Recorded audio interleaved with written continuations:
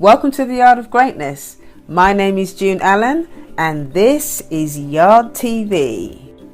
I talk about racism as a system. The only good system is a sound system. I help you join the dots between racism, reason and your 12-step recovery.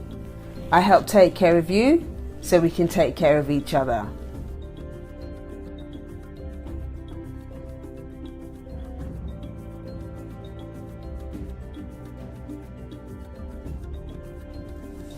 Greetings family, greetings, June Allen here. It's nice to see you, and today I'm going to be talking about frequently asked questions. I'm going to be answering some frequently asked questions. I get asked the same questions a lot, so I've decided that I'm going to do a series of really short videos just to help you understand, a really kind of basic level, help you understand different things about racism and recovery and getting well and stuff like that.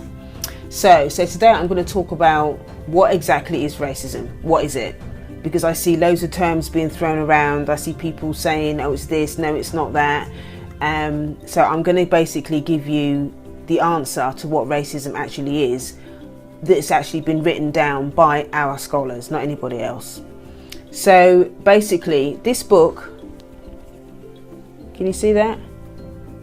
I don't know if it's going to come up back to front on your screen, but it's called the United Independent Compensatory Code System Concept, which is a textbook workbook for thought, speech and or action for victims of racism, white supremacy. This is the Bible, okay, for understanding racism, and it's by our brother Neely Fuller Jr. I've talked about him quite a lot in my other podcasts. If you haven't listened to any of my podcasts, juneallen.net.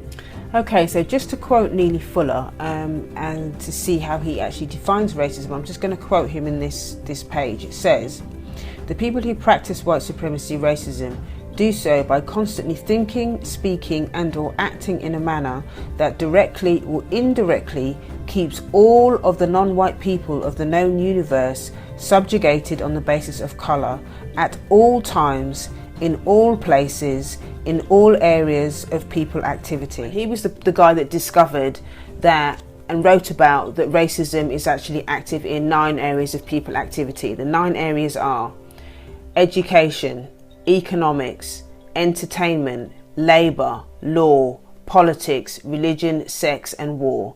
Those are the 9 areas of people activity that we get involved in all the areas of our lives that we cannot avoid. So it's very difficult to escape it. But in order to crush it, in order to destroy it and overcome it, we have to understand how racism operates. We can't destroy it if we don't understand it. Neely Fuller's book also gives us what he calls the 10 stops. Now these are counter-racist behaviours that we need to stop doing in order to end the system of racism, white supremacy. If I have a look in the book, what he talks about, Neely Fuller's 10 stops.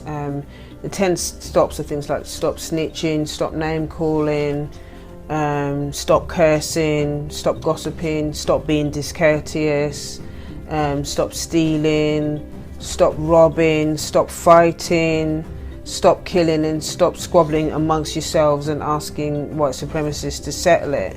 That's a basic summary of what the 10 stops are.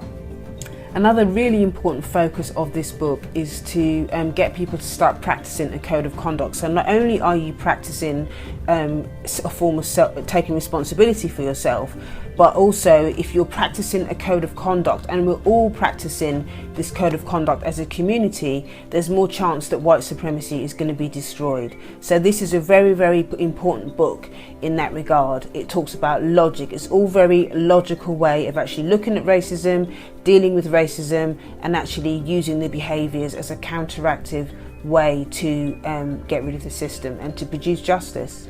You can pick these books up at I believe Neely Fuller's website is producejustice.com, or if you go to my website juneallen.net, I've got loads of links and stuff on there. You can get it from there as well. Yeah, so Neely Fuller's work talks about what racism is. It defines it, and it talks about how racism evolves, and yeah, it talks about it in all the 9 areas of people activity. So if any beginners out there, this is the first book for you to get, which tells you what racism is about. Now we're going to talk about why racism is here. Now, the scholar that talks about why racism is here is called, is this lady here. This is Dr. Frances Cress Welsing, bless her. She's no longer with us anymore. She's an ancestor.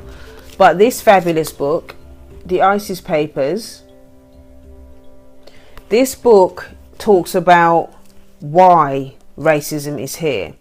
Now, the reason that she says that racism is here is it's to do with white people being afraid of white genetic annihilation. Now, the reason for that is because black people are genetically dominant and white people are genetically recessive. Let's use Barack Obama as an example.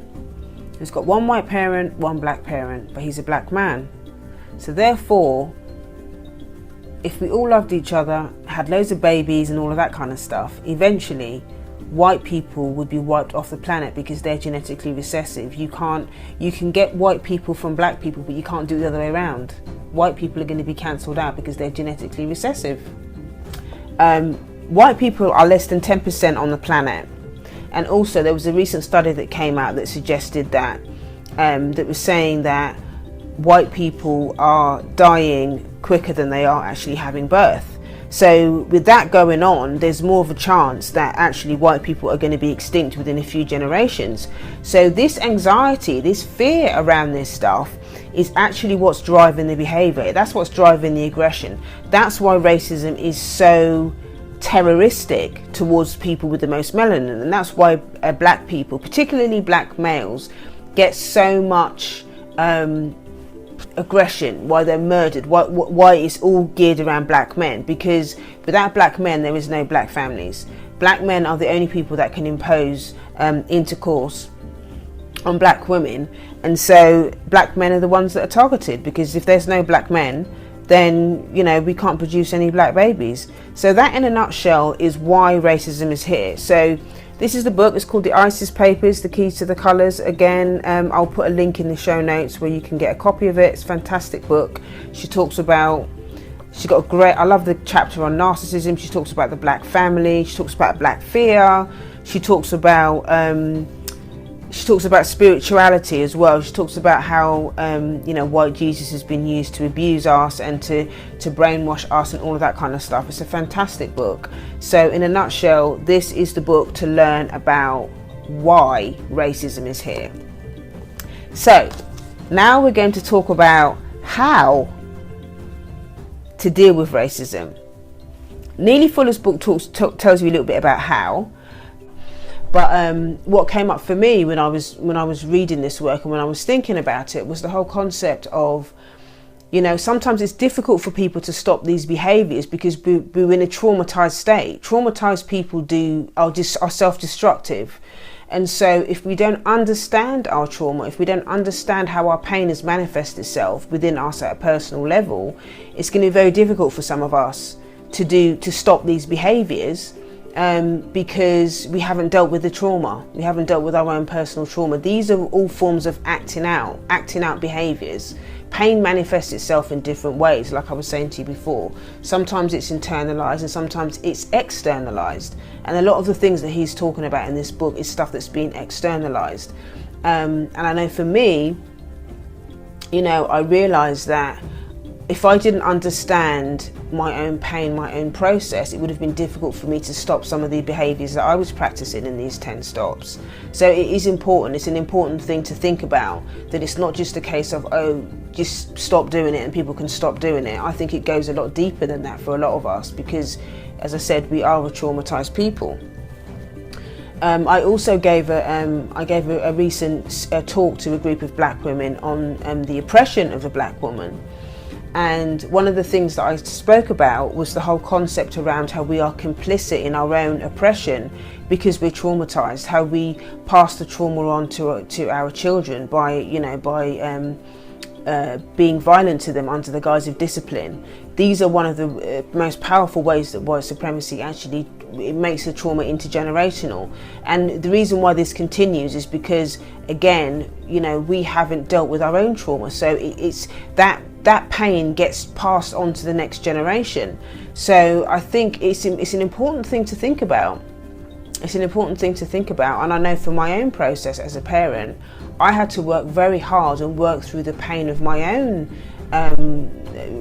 violent experience of growing up in my own parents' home, and not just experiencing it, but witnessing it, to my siblings and other black children in the community, and even now when I hear black people talking about, getting beaten and people laughing about it, it's excruciating for me to hear that stuff, because it triggers a lot of old pain. But I understand that this is old trauma just being recycled. And there were a lot of women that came up to me after when I did the speech and was saying, nobody really talks about that stuff at that level. Nobody really wants to have those conversations because they're very, very difficult.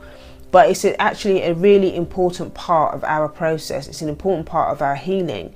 Not just dealing with the surface stuff, not just dealing with the social stuff, but dealing with the stuff that's going on with us internally at a really personal level. That's when change really starts to happen. So yeah, basically that's what racism is in a nutshell. And in order to understand racism, you have to do the work and understanding. You have to read up about it. It's very cunning. It's changed a lot over the years. They've no longer got black people in chains, but we're still enslaved up here. So we have to find out and understand the ways that we're still enslaved up here in order to overcome it. And you can do it. I've done it, and so can you.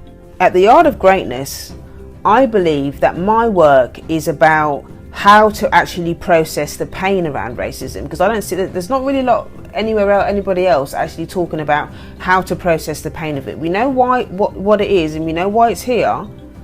And there's tools and strategies that people use to deal with racism, but no one's really talking about how to process the pain, and that's where I come in. Now I've actually completed my first training for you guys, which is like a beginner's guide to how to actually manage your racial pain. In the training, I talk about 3 essential tools that we need to use in order to process our pain. Number 1, we need to discharge the pain out of our bodies and out of our psyches. Number 2, we need to reflect on what is happening to us so we can understand ourselves and continue to maintain that process of knowing thyself. And the third thing is to nurture ourselves regularly. Racism is being thrown at us in all the 9 areas of people activity.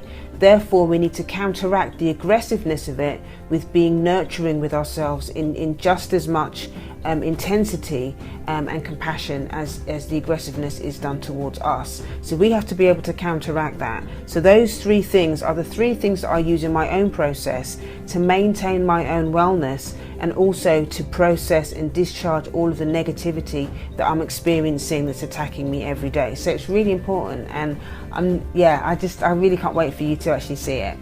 If you go to drn.juneallen.net, you'll find all the details there, and it's a 4-part audio training where I talk about how I reclaim my blackness from self-hate to self-love. And I love it. I love the creative process, and I'm really proud of it.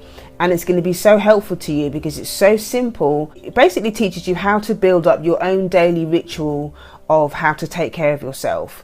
And in taking care of yourself, then you can begin to understand a lot more about racism, how it impacts you personally, because we understand how these books helps us understand how it impacts us as a society. But what I try to do in my work is to teach you how it impacts you at a personal level. Everybody deals with racism differently. Some of us internalize it, and some of us externalize it, and some of us do both. But in understanding our own personal response to racism, that's how we can start to change it. Because a lot of the times, the way that we respond to racism actually hurts ourselves, and it hurts those around us. We hurt other black people in different ways because we don't know how to process our pain. We don't know how to fight white supremacy because we're so traumatized by a lot of the stuff that's happening to us. So my work is about giving you the tools and strategies to begin to take real good care of yourself. And there's 30 different tools as well that I use in the audio training. There's a workbook as well that's got all the information in it. There's a bonus video on the 3 C's of empowerment journaling. There's a lot in there, you know, so it's great. It's a great place to start. So again, if you want to get access to this training, if you go to DRN, that's D for Delta, R for Romeo, N for November, .juneallen.net. On a side note, I just want to tell you one last thing. Do you like my t-shirt? Look at that. Boltphoria, it says. An emotional state of ecstasy witnessing the fastest man on earth, Mr. Usain Bolt. So I'm going to leave you with my Bolt face. It's Boltastic.